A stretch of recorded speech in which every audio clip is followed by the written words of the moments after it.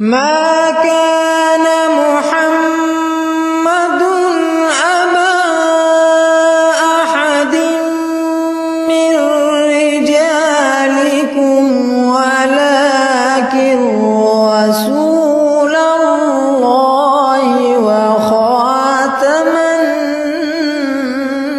An-Nabiyyin.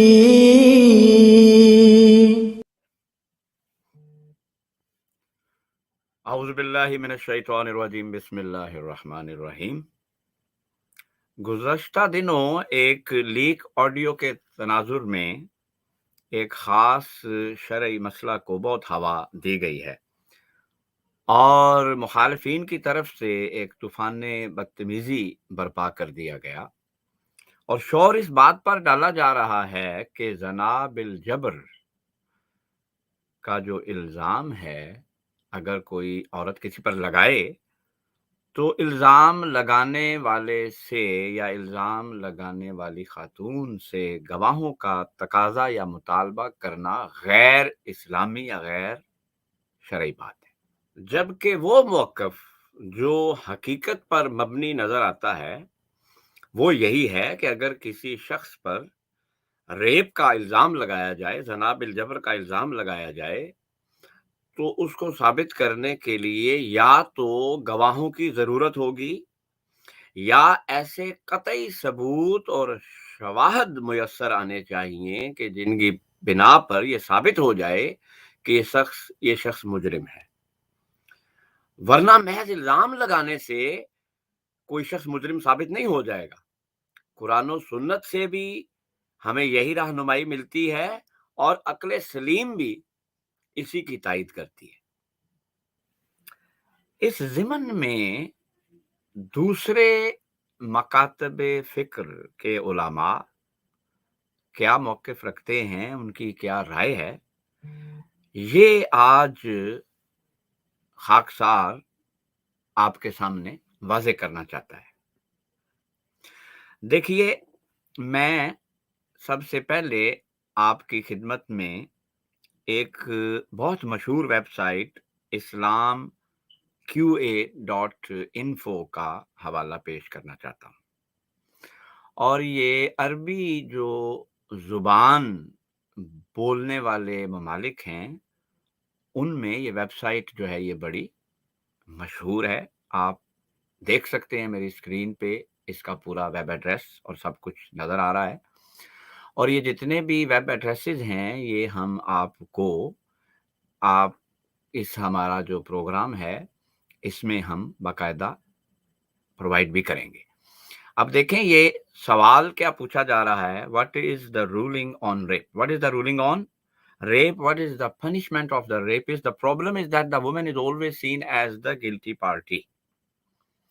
The accusation made by non-Muslim is that the man's word is always given precedence and there is no way for the woman to prove that he was raped, and hence the man gets away with his action. How can we prove that the man or woman is guilty and if she was raped or committed fornication willingly? اس کے جواب میں جو سب سے پہلی بات انہوں نے کی ہے وہ یہ ہے، rape is essentially zina, fornication or adultery, and is proven in the same way as zina is proven, which is with 4 witnesses. The punishment is 100 lashes if the man was a virgin and stoning if he was previously married. But the main thing which I want to bring into your notice is you require 4 witnesses. آپ کو 4 گواہ درکار ہیں۔ اس کے بعد وہ آگے جا کر کہتے ہیں کہ اگر ہم عورتوں کی طرف سے اٹھائے جانے والے ہر الزام کو فوراً مان لیں تو جیلیں جو ہیں وہ مردوں سے بھر جائیں گی، اس لیے اگر 4 گواہوں کی شرعی حد جاری ہوگی اور اگر ایسی صورت نہیں ہے اور قطعی ثبوت مل جائے تو عدالت کوئی اور سزا دے سکتی ہے۔ یہ بات آپ اس ویب سائٹ کا ہم نے پورا ریفرنس دے دیا ہے، وہاں جا کر خود ملاحظہ کر سکتے ہیں۔ اس کے بعد ایک اور ویب سائٹ ہے اور یہ سلفیوں کی مشہور ویب سائٹ ہے، اس پر جو فتویٰ موجود ہے وہ بھی آپ ملاحظہ کیجئے. اب یہاں وہی سوال, I have read in a fatwa that the punishment for a rapist is stoning to death if he is a Muslim currently or previously married, and lashing if he is not Muslim. Should there be 4 witnesses? Should there be 4 witnesses for rape, as is the case with zina, fornication, especially given that this factor is usually absent in rape crimes, which means that the raped girl could never prove that she has been raped. اب اس کا جواب جو ہے وہ آپ ملاحظہ کیجیے, اور یہاں وہ بڑا واضح سوال پوچھ رہے ہیں کہ کیا اس صورتحال میں بھی 4 گواہ جو ہیں موقع کے وہ درکار ہیں. اب یہ میں پورا ریفرنس آپ کے سامنے موجود ہے. یہاں اس کا جواب دیتے ہوئے یہ جو ہمارے اس ویب سائٹ پر جو بھی یہ جواب موجود ہے وہ لکھتے ہیں, Muslim scholars agreed that for zina to be proven, not less than 4 witnesses should give their testimony of having seen the incident of zina while being committed. وہ کہتے ہیں تمام مسلمان جو علماء ہیں وہ اس پہ متفق ہیں کہ 4 گواہ جو ہیں موقع کے جبکہ زنا جو ہے وہ ہو رہا ہے درکار ہیں. This number of witnesses is specific to zina apart from all other matters for which a testimony is needed. آگے پھر انہوں نے وہ قرآن کی جو آیت ہے وہ لکھی ہے. دیکھیں زنا, یہ جو یہاں لکھ رہے ہیں وہ کہتے ہیں زنا اور ریپ کا معاملہ ایک ہی ہے. اس کو ثابت کرنے کے لیے صرف ایک ہی صورت ہے کہ کم از کم 4 گواہ پیش کیے جائیں. بلکہ یہ تو اپنے فتویٰ میں اس قدر سخت ہیں کہ کہتے ہیں کہ ریپ کا الزام کسی بھی قسم کے دوسرے ثبوت یا ڈی این اے وغیرہ کے ذریعے ثابت ہی نہیں کیا جا سکتا. اچھا, اب میں اپنے ناظرین کو, سامعین کو, دیکھنے والوں کو یہ بات جو میں نے ابھی کی اس کے ساتھ ایک اور بات کا اضافہ کر کے اس طرف بھی توجہ دلاؤں گا. اس فتوے میں انہوں نے ایک اور بڑی دلچسپ بات کی ہے. وہ یہ کہتے ہیں moreover it is untrue that the factor of witness is unlikely lacking in rape crimes. On the contrary, it is more likely that there are witnesses for rape as the victim would scream and seek help, unlike zina where both the man and the woman are keen to hide themselves from people. یہ کہہ رہے ہیں کہ جو زنا بالجبر کا معاملہ ہوتا ہے اس میں تو 4 گواہوں کا پیش کرنا زیادہ آسان ہوتا ہے, کیونکہ عورت سے اس کی مرضی کے بغیر وہ فعل سر انجام دیا جا رہا ہے, اور اس صورت میں وہ چیخے گی, وہ چلائے گی, اور لوگوں کے وہاں آنے کا, دیکھنے کا بہت زیادہ موقع ہے بنسبت زنا کے جس میں مرد اور عورت دونوں رضامندی سے کام کرتے ہیں, کیونکہ اس صورت میں وہ ظاہری بات ہے کہ پلان کر کے لوگوں کی نگاہوں سے چھپ کر یہ کام کریں گے. اچھا, اب یہ آپ کے خدمت میں دوسرا حوالہ پیش کیا. تیسرا جو میں آپ کی خدمت میں حوالہ پیش کرنا چاہتا ہوں یا آپ کے سامنے رکھ رہا ہوں وہ بریلوی مکتبہ فکر کے جو بہت مشہور عالم امام احمد رضا خان بریلوی ہیں, ان کا یہ میں نے سامنے ٹائٹل پیج آپ کے سامنے رکھ دیا ہے, آپ اس کو ملاحظہ کر سکتے ہیں. اور یہ حوالہ جو ہے یہ بھی اسی سوال کے متعلق, یہ جو اس وقت زیر بحث ہماری گفتگو جاری ہے اسی کے متعلق ہے. یہ سوال آپ کے سامنے موجود ہے, یہ میں نے اس کو زوم کر دیا, یہ پیج نمبر وغیرہ دیکھ سکتے ہیں آپ, 613 پیج نمبر ہے. اور یہ دیکھیں یہ یہی سوال پوچھا جا رہا ہے, بین ہی یہی سوال پوچھا جا رہا ہے. ایک سینیریو کریٹ کیا گیا ہے, شاید واقعہ میں کوئی واقعہ ایسا ہوا ہو اس وقت میں, بظاہر پڑھنے سے یہی لگ رہا ہے کہ یہ واقعہ ہوا تھا, اور ایک عورت نے ایک آدمی پر الزام لگایا کہ اس نے میرے ساتھ زنا کیا ہے, اس نے شور ڈالا ہے, اس کی آواز باہر گئی ہے, ایک مسلمان اس کی آواز سنتا ہے, ایک کافر اس کی آواز سنتا ہے. اور اس مرد پر جب یہ الزام لگایا گیا اور یہ 2 گواہ موجود ہیں جو کہ اس عورت کی چیخو پکار سنتے ہیں, تو پھر اس کے ساتھ کیا سلوک کیا جائے. اور یہ جواب جو ہے یہ میں آپ کے سامنے رکھ رہا ہوں, یہ امام احمد رضا خان بریلوی صاحب جو ہیں اس کا کیا جواب دے رہے ہیں. وہ کہتے ہیں اس عورت کا قول ہرگز قابل اعتبار نہیں ہے. بلکہ ہر مسلمان پر فرض ہے کہ اسے جھوٹ اور بہتان سمجھے اور مسلمان کے ساتھ نیک گمان کرے۔ جو لوگ اس بارے میں زن مذکورہ کو سچا جانیں گے وہ بھی سخت گنہگار ہوں گے اور اس مرد کے حق میں گرفتار ہوں گے۔ اب یہ جو لوگ شور ڈال رہے ہیں، میں اس پہ کوئی رائے دہی نہیں کرتا، اس حوالے کو خود پڑھیں اور اس کے بعد ان کے مطابق جو ان پر الزام لگتا ہے اس پہ ذرا توجہ کریں۔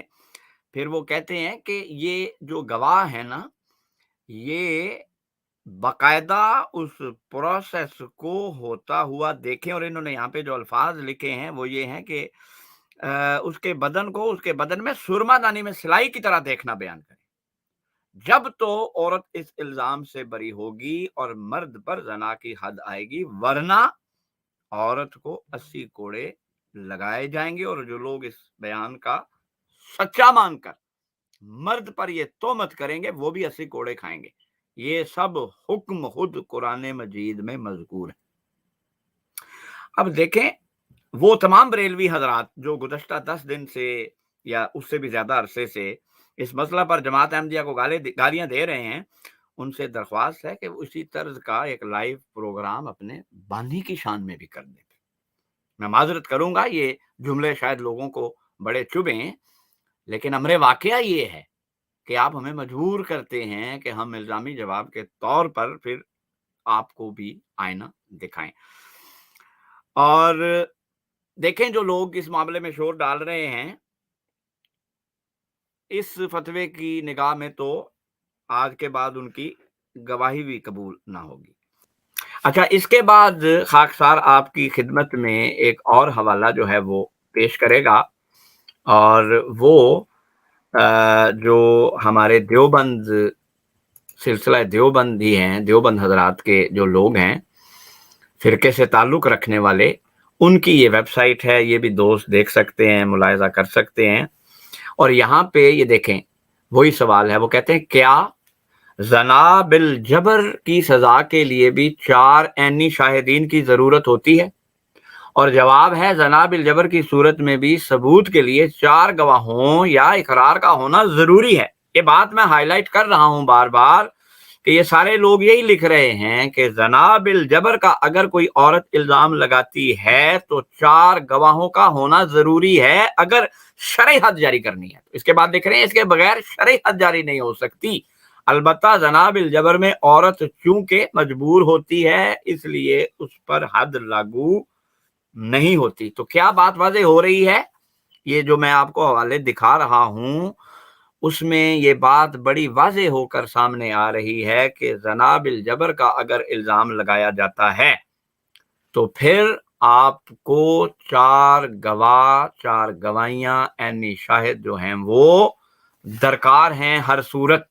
اور اگر وہ 4 گواہیاں موجود نہیں اور کوئی عورت الزام لگاتی ہے تو ان لوگوں کو جو اس مرد پر اعتراض کرتے ہیں ان کو بھی کوڑے لگائیں، اور اس عورت کو بھی پھر آپ کوڑے جو ہیں وہ لگائیں۔ یہ میں نے مختلف مکاتب فکر کے حوالے آپ کی خدمت میں پیش کیے ہیں، کیونکہ ہمیں علم ہے کہ لوگ مختلف ائمہ کو اور مکاتب فکر کے لوگوں کو فالو کرتے ہیں، تو اس لیے میں نے کوشش کی کہ میں زیادہ جو مشہور فرقے ہیں ان کے علماء کے حوالے جو ہیں یہاں آپ کی خدمت میں پیش کروں۔ اب یہ ایک ویڈیو ہے اور میں آپ سے درخواست کروں گا کہ اس ویڈیو کو بھی آپ کلپ کو ملاحظہ کریں اور دیکھیں، وہی بات جو میں آپ کی خدمت میں پیش کر رہا ہوں وہ اس ویڈیو کلپ میں بھی کتنی واضح ہو کر آپ کے سامنے آئے گی۔ اسلام کا مجموعی مفاد جو بیان کرتا ہے اسلام وہ یہ ہے کہ معاشرے سے اس برائی کو جڑ سے اکھاڑ کر پھینک دیا جائے، اور کہ کوئی ایسا بےہودہ آدمی نہیں ہو سکتا، نہ اتنا گیا گزرا کوئی انسان ہو سکتا ہے کہ اپنے اس جرم یا اس حوالے سے 4 گواہ دنیا کو پیش کر دے۔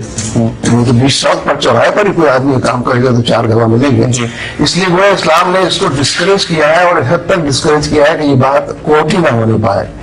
اس اعتبار سے اگر آپ دیکھیں تو اگر یہ جرم کہیں ہو جائے تو مرد کو بھی اور خواتین کو بھی اس سے گریز کرنا چاہیے کہ وہ یعنی چارگاہ تو نہیں ہے نا، جب چارگاہ نہیں ہے تو مرد اور خاتون دونوں کو اس سے گریز کرنا چاہیے کہ وہ پبلکلی اس کو لوگوں کے سامنے لے کر آئیں، اور اس اعتبار سے خواہ کسی اچھا نبی صلی اللہ علیہ وسلم زمانے میں آپ یہ کہہ رہے ہیں کہ اگر کسی عورت کا ریپ ہو جاتا ہے تو وہ پھر بتائے نہ، جا کے رپورٹ نہ کرے؟ میں یہ کہہ رہا ہوں کہ اگر گواہ موجود نہیں ہے تو اس کو بھی خاموش رہنا چاہیے، یعنی کہ اگر گواہ پیش کر سکتی تو گواہ پیش کرے۔ یہ کس طرح کی دلیل ہے امیر صاحب کہ اگر کسی عورت کے ساتھ زیادتی ہو جاتی ہے اور اس کے پاس قرآن سے گناہ کرے، مجھ سے گناہ نہ کرے۔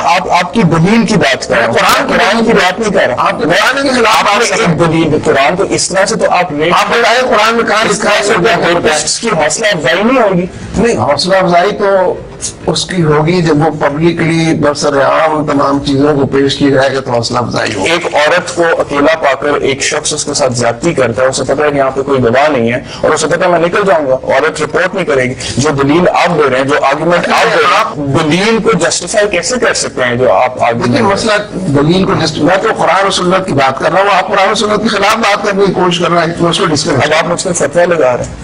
اگر اس کو آپ فتویٰ میں تو صرف دلیل کی بات کر رہا ہوں کہ آپ نے جو آرگومنٹ دیا ہے کے خلاف دلیل کیوں استعمال کرتے ہیں؟ میں قرآن کے خلاف دلیل استعمال نہیں کر رہا، میں آپ کو بتاتا ہوں۔ آپ ایک دفعہ کلمہ پڑھ لیں، کلمہ پڑھ کر مسلمان ہو جائیں سیدھے سیدھے۔ یہ دیکھیں اب آپ پھر ایک اور فتویٰ دے رہے ہیں مجھ پر غیر مسلم ہونے کا۔ میں اچھا دوستو، آپ نے ویڈیو ملاحظہ کر لی، یہ اسلامی جماعت اسلامی کے سابق امیر سید منور حسن صاحب اس میں جو گفتگو آپ نے سنی وہ ارشاد فرما رہے ہیں، اور وہ تو کہتے ہیں کہ عورت صرف ایک ہی صورت میں ریپ کا الزام لگا سکتی ہے کہ اگر اس کے پاس 4 گواہ موجود ہوں، اور اگر موجود نہیں تو وہ خاموش رہے۔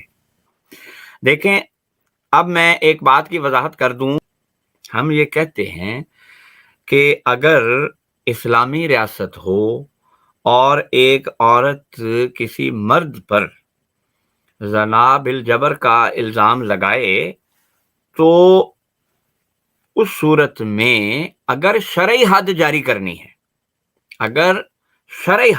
کرنی ہے تو پھر 4 عینی شاہد عینی گواہ درکار ہیں، اور اگر ریپ جو ہوا ہے وہ کسی وجہ سے 4 گواہ نہیں لا سکا، لیکن عدالت کو، قاضی کو، کورٹ کو اور ثبوتوں اور شواہد کی وجہ سے اس بات کا یقین ہو جاتا ہے کہ یہ عورت جو بات کر رہی ہے وہ درست ہے، وہ صحیح ہے، اس کے ساتھ زنا ہوا ہے، تو وہ عدالت، وہ قاضی، وہ جج تمام شواہد کو سامنے رکھتے ہوئے کہ کس قدر یقین ہوا ہے، باقی حالات کو سامنے رکھتے ہوئے تعزیر جو ہے اس کے تحت جو اس ملک کا قانون ہے اس کو سزا دے سکتی ہے۔